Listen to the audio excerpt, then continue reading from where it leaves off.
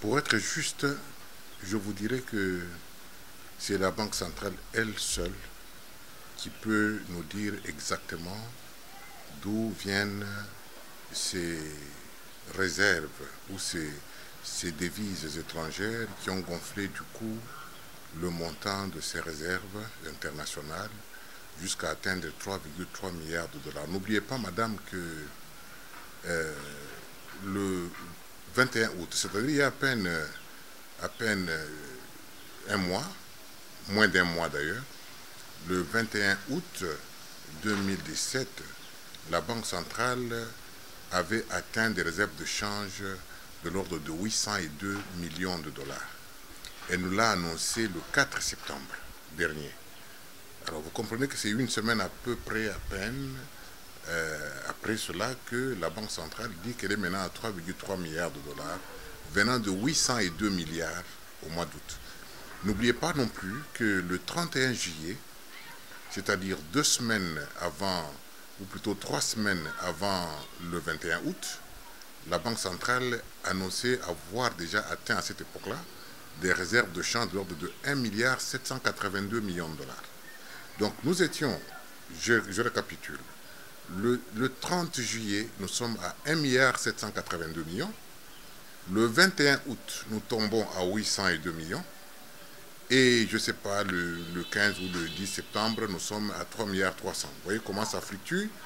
Donc il n'y a que la Banque centrale seule qui peut nous dire quel miracle il y a eu, d'où sont venues ces réserves de change. Est-ce que c'est un don, pas un don, est-ce que c'est une mise à disposition des DTS par le Fonds monétaire international, auquel cas nous savons tous qu'au même mois d'août, je crois le même 21 août, le FMI avait pris la décision de mettre à la disposition de la RD Congo sur sa quote-part, je crois me rappeler, sur les 1 milliard 500 millions de dollars acceptés, équivalent à 1 milliard de DTS, qui est la totalité de notre quote-part auprès du FMI, le FMI avait accordé sur les 1 milliard 500 que, je crois, 266 millions de dollars soient déjà décaissés immédiatement en faveur de la Banque centrale pour renforcer ses réserves de change. Donc si on fait une addition simple, on devrait, si on est à 802 millions,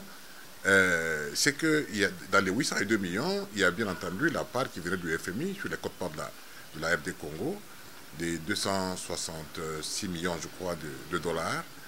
Et maintenant que de là, nous passions à 3 milliards 300, la Banque centrale seule sait ce qu'il y a eu. Est-ce qu'elle a racheté des devises auprès des exportateurs?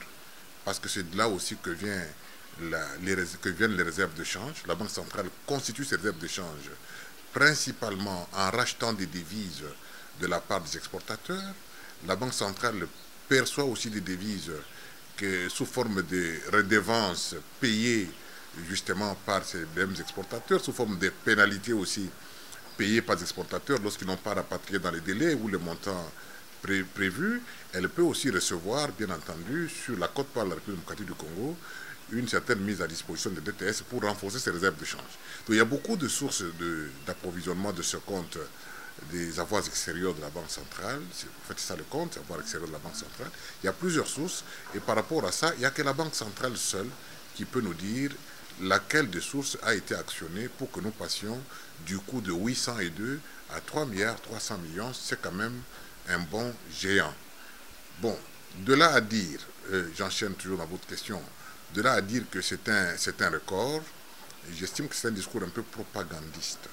Ça, on n'est plus dans le domaine technique parce que vous savez, comme vous l'avez observé, les réserves de change ont, en l'espace d'un mois, fluctué d'une façon importante. On est passé de 1 milliard 772 millions, on est tombé à 802 millions, et puis on est remonté quelques semaines après de 802 à 3 milliards 300. Ça veut dire que 2 jours après, on pouvait aussi tomber de 3 milliards 300 et nous retrouver à 400 millions de dollars.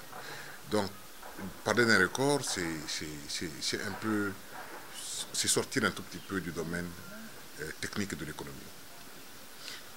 Bien, écoutez, ça dépend naturellement de l'utilisation que la Banque centrale va faire de ces réserves de change. Parce que les réserves de change sont d'abord et avant toute chose une épargne qu'un pays constitue pour parer à toute situation importante qui pourrait subvenir dans le temps. C'est-à-dire qu'avec des réserves de change, d'ailleurs c'est pour ça qu'on préfère les détenir sous forme de titres, de bons du trésor américain ou d'un autre pays, sous forme même parfois sous forme de titres financiers ou sous forme d'or aussi, ça fait partie des réserves de change. Bon, l'utilisation de ces réserves de change, c'est la Banque centrale qui la détermine, parce que c'est un instrument de politique monétaire. Est-ce que la banque constitue des réserves de change pour gagner des intérêts en effectuant des placements de cette épargne-là? Parce qu'une épargne a pour vertu de rapporter des intérêts si elle est placée. À ce moment-là, on ne l'utilise pas, on améliore simplement le compte d'épargne avec des intérêts qui vont venir à chaque mois ou, je ne sais pas moi, chaque année. La Banque centrale peut dire, tiens, il y a le taux de change qui est en train de se détériorer sensiblement, la monnaie nationale est en train de perdre sa valeur, je dois apporter du soutien à la monnaie nationale en vendant les devises étrangères que je détiens. À ce moment-là, ça peut avoir un impact sur le taux de change. La Banque centrale peut dire, nous avons des réserves de change importantes, nous devons améliorer l'importation de nos produits de première nécessité.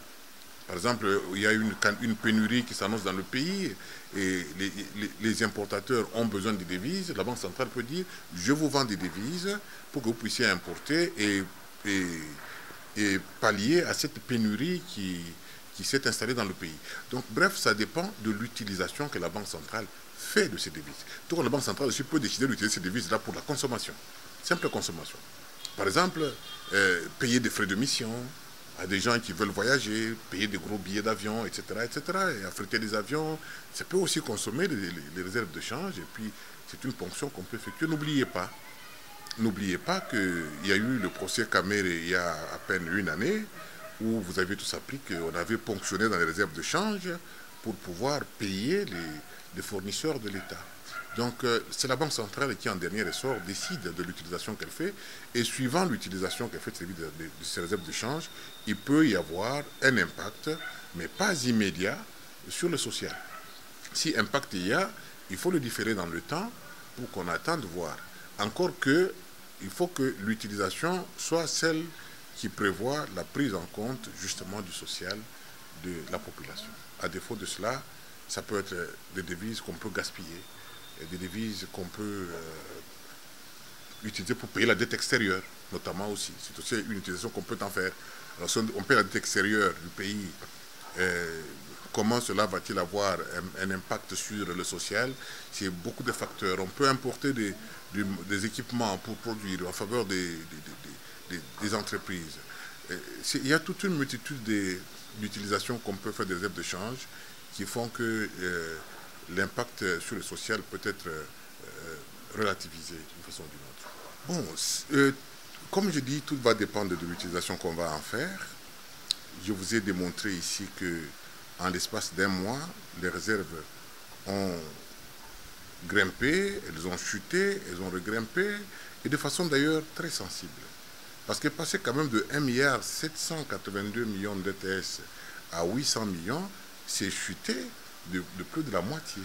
Je dirais même de plus de 100, oui, c'est 800 millions, venant de 1,7 milliard, on tombe en dessous de la moitié. Donc ça veut dire que la chute a été sensible.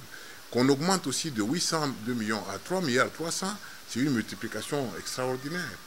Donc ce sont des choses qui peuvent... C'est une position que je peux dire précaire. Précaire dépendant des besoins de la nation. Vous savez, la réserve de change peut être considérée, et elle est d'ailleurs considérée souvent, comme une épargne de la nation. Une épargne en devise. Mais en sciences économiques, l'épargne est considérée ou bien est rangée parmi les biens de luxe. Et les biens de luxe, vous comprenez que ce n'est pas l'apanage des pauvres. Une famille pauvre n'a pas besoin de biens de luxe. Une famille pauvre a besoin de biens de consommation courante. Vous ne pouvez pas vous permettre de boire du caviar, pardon, de boire du champagne à la place d'un verre de Skol lorsque votre revenu tout entier vaut même moins que le salaire que vous touchez. Ça serait de l'irrationalité. Ah, donc c'est la même chose avec l'épargne. Vous ne pouvez pas vous permettre de constituer de l'épargne pendant que la famille est en train de crever de faim. Voilà ce qui détermine la rapidité avec laquelle la Banque centrale peut utiliser les devises qui sont à sa disposition. Je devrais d'ailleurs commencer par vous dire, madame, que les réserves de change, la constitution des réserves de change est une contrepartie de la création monétaire. Et donc lorsqu'on parle des réserves de change dans ce pays, il faut faire un peu attention. Parce que nous sommes dans un pays où la création monétaire est très limitée et même d'ailleurs presque détestée. Et il faut vous poser la question de savoir, lorsque la Banque centrale augmente ses réserves de change, est-ce qu'il y a eu sur le plan économique une amélioration de la masse monétaire en termes de francs congolais? Parce que les devises étrangères sont des actifs. Ça ne devrait pas être considéré comme de la monnaie courante. Vous comprenez? Donc, la bonne considération des devises, des réserves d'échange, ne peut pas se lire en dehors du principe de création monétaire. Ça veut dire que la Banque centrale veut, pour avoir un impact sur le social justement, la Banque centrale veut accroître la masse monétaire en circulation pour permettre notamment d'éponger de la dette intérieure, permettre d'améliorer la consommation intérieure, de permettre de payer des salaires aux gens qui sont jusqu'à aujourd'hui impayés, etc. Mais la Banque centrale, ce n'est pas le comportement qu'elle affiche lorsque les devises entrent, parce qu'elle ne se permet pas de créer de la monnaie en contrepartie des réserves de change, en contrepartie de l'entrée des devises étrangères. Donc à ce niveau, déjà, il y a un dysfonctionnement économique assez important, de telle sorte qu'il ne faut pas considérer la réserve de change telle que la théorie économique la considère et l'appliquer au Congo, vous allez être déçus.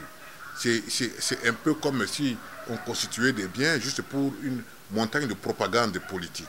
Ça n'a pas la même utilisation économique que les réserves de change. Quand on vous dit par exemple que la Chine a des réserves de change qui peuvent atteindre dans les 4 000 milliards de dollars ou plus ou moins 4 000 milliards de dollars. C'est pas comme qui vous dirait que le Nigeria a des réserves de change qui frôlent les 35 milliards de dollars. C'est pas comme qui vous dirait qu'il y a des pays, d'autres pays asiatiques dont les réserves de change sont au-delà de 1000 milliards, etc. Mais quand chez nous, nous avons 3 milliards de dollars, on a d'abord l'impression que, voilà, on vient de marquer un but, un peu comme un boxeur sur le ring, un amateur qui se bat contre un professionnel comme Mike Tyson. Le moindre coup qui frôle le corps de Mike Tyson, vous bondissez de joie parce que vous avez donné quand même un coup. Madame, si vous me parlez de la RDC, vous imaginez que vous êtes en train de parler du réservoir mondial des matières premières. Vous êtes en train de parler de l'un des principaux producteurs, du plus grand producteur mondial du cobalt. Vous êtes en train de parler du plus grand producteur mondial du coltan. Vous parlez du réservoir mondial du pétrole. Vous parlez du potentiel premier producteur en réalité. Vous avez dit un pays, si la RDC était normale, si la RDC était normale, ses réserves de change devraient se compter comme on parle de la Chine aujourd'hui. Je vous dis que la Chine a des réserves de change autour de 4 000 milliards de dollars. Parce que c'est le Congo, je le répète, pour vous donner un chiffre, le Congo, c'est 1100 substances minérales identifiées dans ce pays sur seulement 26% de son territoire. Et les 1100 milliards de substances minérales ont été évaluées à 24 000 milliards de dollars. Ça devrait être considéré en soi comme une réserve de change. On devrait aussi le considérer comme une réserve de change si on pouvait considérer ces substances comme étant des actifs qu'on peut à tout moment monnayer. Ça devait être considéré comme une réserve de change. C'est ça la réalité du Congo. Mais si un pays dont le potentiel minier seulement, et d'ailleurs seulement pour 26% de son territoire, ce potentiel est de 24 000 milliards de dollars, minier, pas agricole, ne touche pas à l'agriculture, ne touche pas à l'eau, dont la RDC est probablement, je crois, détient peut-être 20 à 22% des réserves mondiales d'eau douce dans le monde. Je ne parle pas de l'air que nous respirons avec sa forêt, avec ces tourbières aujourd'hui qui font de la RDC le poumon du monde et qui devraient lui rapporter en termes de crédit carbone des montants 10 000 fois supérieurs à son budget actuel. Je ne parle pas de ce pays. Je ne parle pas de ce pays-là quand on parle de 1 milliard de dollars. Ça, ce n'est pas la RDC. Ce n'est pas la RDC. La vraie RDC, c'est celle dont on vous dit que 26% seulement, et uniquement pour les quelques ressources minières, 1100, qui ont été identifiées. Il y en a combien qui ne le sont pas encore? Seulement pour les 1100 qui sont identifiés. Seulement sur les 26% de son territoire, ça représente déjà 24 000 milliards de dollars. Donc, si on était un pays rationnel, un pays des hommes intelligents, un pays des hommes honnêtes, corrects, les 24 000 milliards devraient déjà être considérés comme le minimum que ce pays peut avoir comme réserve de change. Minimum, si ce pays fonctionne vraiment. Mais on est loin de là. Nous sommes en train de polémiquer sur 3 milliards. Nous sommes en train de crier par tous les toits que nous avons battu le record. Vous sentez le niveau du ridicule que nous sommes dans ce pays? Vous sentez la distance qui nous éloigne de l'effort que nous devrions fournir pour donner à ce pays le costume qui lui convient? Vous voyez, c'est déjà ça le problème. Donc, cette question que vous posez, madame, est une question très, très dangereuse. Il ne faut même pas la poser pour savoir un pays comme la RDC devrait avoir combien comme réserve de change, parce qu'il n'y a aucun pays sur cette planète Terre qui vaut la RDC. Aucun. Aucun. Mais nous avons peut-être la race humaine la plus difficile du monde. Malheureusement, comme je vous ai dit, de un, je doute de 3 milliards 300 millions. Permettez-moi le doute, aussi longtemps que je n'ai pas vu la Banque centrale nous dire l'origine de ces réserves de change. Permettez que j'en doute. Première chose.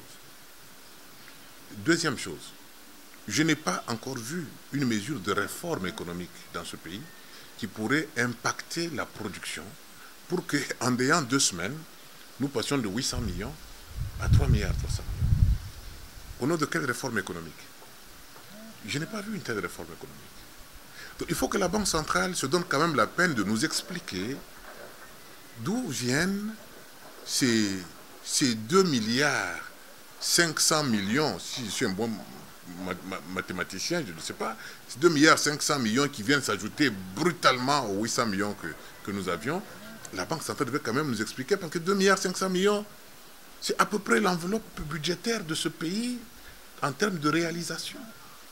Comment une banque centrale peut prétendre avoir réalisé ça en 2 semaines? C'est qu'en une année, le pays peine à réaliser. Qu'on dise quand même comment, qu'est-ce qui s'est passé comme magie pour qu'on arrive là? Je n'ai pas perçu, la gouverneure vient à peine de commencer ses fonctions, je ne sais même pas si elle a déjà 2 mois de fonctions. Quelle est cette mesure qu'elle a prise du coup? À moins qu'elle me dise qu'elle a découvert une mine d'or qui était cachée quelque part dans les coffres de la Banque centrale. On a sorti des lingots d'or qui étaient cachés et qu'on dise que voilà, on a découvert ça, mais qu'elle nous le dise. Mais passer comme ça de 2 milliards, de 800 millions à 3 milliards 300 millions, ça, permettez que je vous dise, ça relève du miracle. Mais vous savez quoi? Lorsque vous demandez à voyager dans des pays comme l'Afrique du Sud, par exemple, vous demandez un visa, l'ambassade vous demande de lui produire la preuve de vos moyens de subsistance pour voir si vous êtes capable de tenir 1 mois, 2 mois là où vous voulez partir. Mais il est facile de m'arranger avec un voisin pour lui demander de mettre dans mon compte 1 000 $ ou 2 000 $, juste pour que la Banque centrale me donne un relevé que je vais amener à l'ambassade, quitte à lui restituer son argent 2 heures après. Et mon compte redevient comme il était, c'est-à-dire négatif. C'est trop facile. Donc on peut pas, il ne faut pas qu'il y ait des effets trompe-l'œil. Il faut que nous soyons sûrs que les 3 milliards sont assis sur du fondamental, du solide. À ce moment-là, vous pouvez parler de l'effort que nous avons fourni. Parce que parler de l'effort, moi, je ne l'ai pas vu. Il faut que l'effort se traduise par des mesures de réforme qui sont définies et mises en application. À quel niveau a-t-on défini quelles mesures de réformes économiques? Parce que nous venons à peine d'entendre parler d'un plan national d'industrialisation.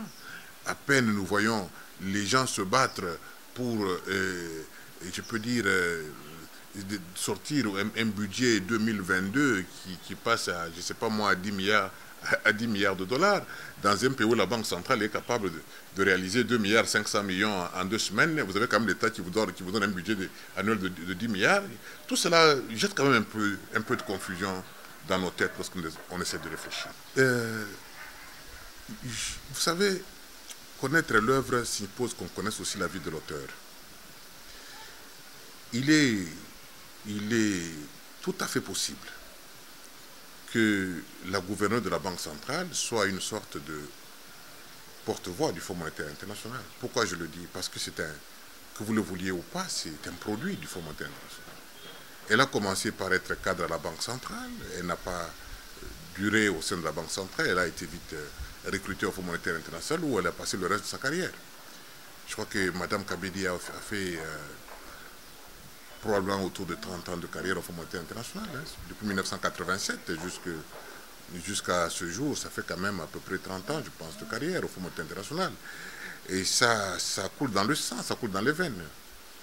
Volontairement ou involontairement, vous commencez à réfléchir suivant ce moule-là qui vous a formé. Vous ne pouvez raisonner que suivant ce cadre de travail dans lequel vous êtes pleinement trempé. Donc, je suis convaincu que le Fonds monétaire international n'est pas en dehors de la RDC, encore que le Fonds monétaire international vient de conclure avec la RDC un programme triennal, c'est-à-dire que les regards du Fonds monétaire international sur l'économie congolaise sont pleinement ouverts, et donc le raisonnement de la Banque centrale, qui est la porte d'entrée du Fonds monétaire international, reste celui du FMI, que vous le vouliez ou pas. Donc l'influence du Fonds monétaire international, nous allons la subir de plein fouet, et je ne voudrais pas vous dire, parce que c'est connu, que tout ce qui vient du Fonds monétaire international m'invite à beaucoup de réserves pour le succès dans l'édification de l'économie nationale. Je venais de dire à votre collègue que je n'ai pas vu le soubassement de cet accroissement des réserves de change pour que je puisse me fonder à vous dire qu'il y a lieu d'espérer une amélioration de l'activité économique au Congo. Je vous ai dit à vous-même que je ne savais pas à quoi la Banque centrale entendait affecter ces réserves de change pour que nous puissions tout aujourd'hui spéculer sur l'impact de ces réserves sur l'amélioration de l'économie nationale. Donc je reste, je ne veux pas dire sceptique, mais je reste réservé par rapport à cette question jusqu'à ce que je puisse lire dans les propos de la Banque centrale de façon très claire et très transparente la source des réserves de change et ce que la Banque centrale entend en faire. Et là, nous pourrions spéculer pour dire que ça peut avoir tel ou tel autre impact. Et encore que les fondamentaux de l'économie n'ayant pas encore été touchés, je ne vois pas un accroissement des réserves de change qui puisse significativement transformer l'environnement économique dans lequel nous évoluons. C'est aussi ça le problème. Donc il y a des préalables pour que une mesure, un instrument de politique monétaire comme les réserves de change puisse avoir du répondant au niveau de l'économie nationale. Peut-être un petit rideau de fumée sur le marché d'échange qui n'en est pas un. Comme je vous ai toujours dit, tout est à refaire, tout est à construire dans ce pays, en commençant par le marché monétaire, le marché d'échange et même le marché des biens et services. La preuve est là d'ailleurs, on discute aujourd'hui des prix des surgelés, des prix des produits pétroliers, on discute de tout, des billets d'avion. Ça signifie que le marché des biens et services, lui aussi, pose un certain problème de considération, de fonctionnement, d'organisation. Donc l'économie congolaise, l'économie se définissant comme étant un marché, qu'on le veuille ou pas, l'économie congolaise est totalement à reconstruire, à reconfigurer. Et aussi longtemps qu'on n'a pas encore assis les fondamentaux de cette reconstruction, il est difficile que j'anticipe de façon plus ou moins précise l'impact que puisse avoir une mesure économique sur l'environnement global.